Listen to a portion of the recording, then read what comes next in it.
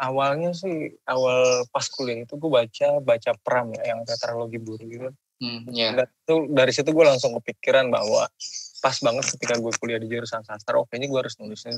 Dan awalnya berangkat dari situ sih, dari buku Pram, akhirnya baru eksplor ke bacaan lain. Kita mau tahu apa, Don, yang tadi Don sempat keputus, yang terakhir apa referensi misalnya bacaan lu sih yang ya menginfluence lu untuk nulis cerpen, Don? Awalnya sih, awal pas kuliah itu gue baca Pram ya, yang tetralogi Buru gitu.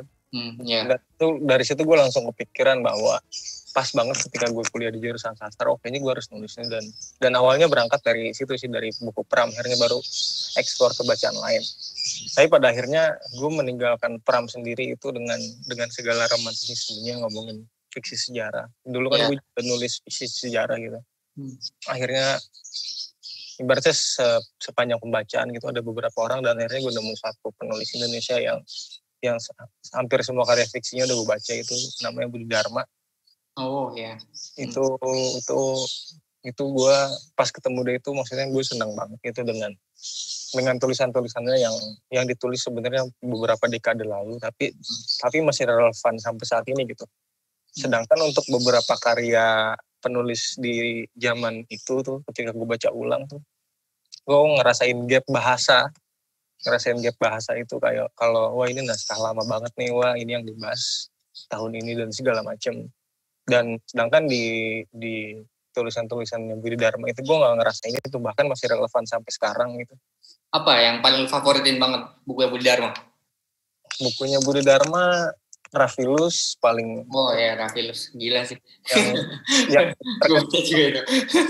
itu maksudnya adegan-adegannya itu tapi wah gila, ini dia dahsyat banget gitu, bikin tokoh kayak Rafilus, bikin pencerita kayak si gue lupa namanya itu, naratornya dan segala macam itu. Itu keren banget sih, bagaimana Budi Dharma menelusuri jalan-jalan yang dilewati, dan itu terasa dekat banget ya, Surabaya terasa dekat banget sama gue ketika gue baca itu. Sama di fiksi itu di ketokohan, dan gue suka banget.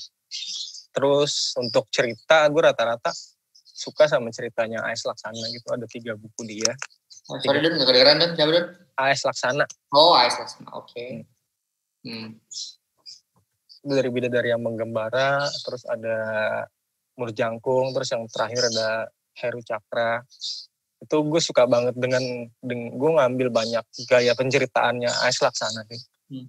Bagaimana dia bisa menyesuaikan pembaca untuk dekat dengan karyanya dan gak beranjak ke yang lain gitu.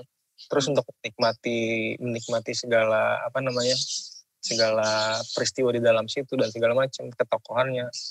Itu gue suka banget bagaimana A.S. Laksana nyusun kalimat, nyusun plot dan segala macam sampai ke akhir cerita. Itu maksudnya di Indonesia itu gue suka banget sama orang itu. Terus ada satu lagi penulis Amerika namanya Kurt Vonnegut. Oh ya, Kurt Vonnegut. Ya. Itu yang ngembangin, selain Budi Dharma, yang ngembangin imajinasi gue tentang berbagai hal yang gue pikir spekulatif itu ternyata bisa dibuktikan dengan fiksi, karena kita hanya cukup untuk meyakinkan orang aja gitu, untuk menciptakan sesuatu yang fiksi sebetulnya. Dan beberapa novelnya Kurt Vonnegut itu sangat mempengaruhi gue banget sih dalam nyusun cerita, dalam berimajinasi. Ada satu novelnya itu Slaughterhouse 5 atau Rumah Jagal 5. Itu oke banget sih, dan gue rekomendasiin. Maksudnya gue baca itu dan suka dengan ironinya Kurt, apalagi dia cukup personal gitu.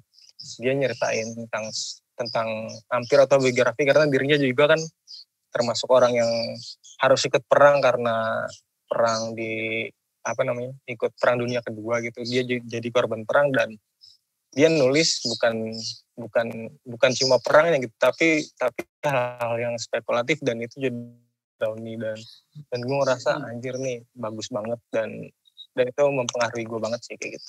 Pokoknya ya 3 orang itu, tapi sisanya ada banyak banget. Kalau non fiksi Martin Surajaya itu gue suka.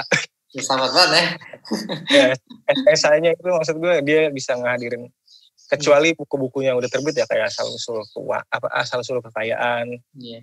Dan itu gue suka esai-esainya Martin di In Drop Progress. Terus Indonesia siapa ya esai? Linda Kristanti. Linda Kristanti itu cukup, maksudnya sebagai tulisan jurnalisme sastrawi yang gue pikir ini dibutuhkan banget sih, ini kayak fiksi gitu. Ini kayak bukan kayak fiksi tapi kayak dia ngebangun realitas itu dengan narasi-narasi fiksi yang bisa dinikmatin, enak dan gak terlalu menggurui gitu. Itu oke banget sih menurut gua. Gitu ya. Kalau nulis gitu ya, nggak butuh harus menggurui ya. Iya, itu dia bisa menghadirkan peristiwa yang wah ini kayak relevan, kayak kita ngerasain gitu, itu keren sih. Sama ini sih, kalau non-fiksi ada lagi yang oke tuh, ada buku baru terbitan Martin Giri.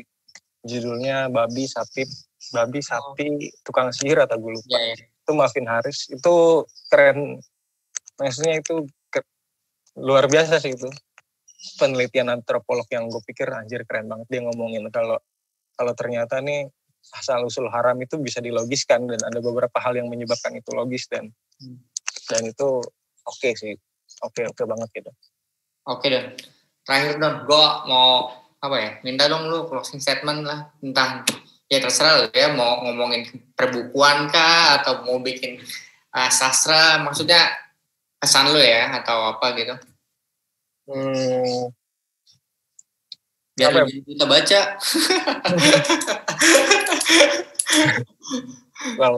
Iya, gue sih selalu, maksudnya sebelum nulis itu pasti gue baca gitu, karena nggak ada yang, gue ngerasa nggak ada yang orisinal sebenarnya di bumi ini, apalagi sekarang gitu dengan era informatika dan segala macam. Untuk menjadi penulis gitu, awalnya itu jadi pembaca yang tekun dulu, dan ketika menulis nantinya gitu, gue sih sarannya untuk hindari kecenderungan berdakwah ya, karena kita capek diceramahi dan segala macam. Ya. Kita capek juga diajari segala macam gitu. Kita udah banyak diajari banyak hal dari kecil, dan gue rasa itu hal-hal yang nggak perlu. Untuk jadi pencerita yang baik, gue rasa kita harus selesai dulu dengan bercerita gitu. Dan caranya ya perbanyak referensi, temukan satu gaya yang asik dan menurut kita bisa dipakai gitu, ya lakukan kayak begitu. Gue ngerasa itu sih. Jangan berdawas intinya. kecuali yang lain gitu yang nulis opini baru kita serang segala macam. Oke Don, makasih banyak ya Don udah luangin waktu. Juga buat Anagram dan ya segera terbit lagi lah tulisan lo. Makasih banyak. Selamat sore semuanya.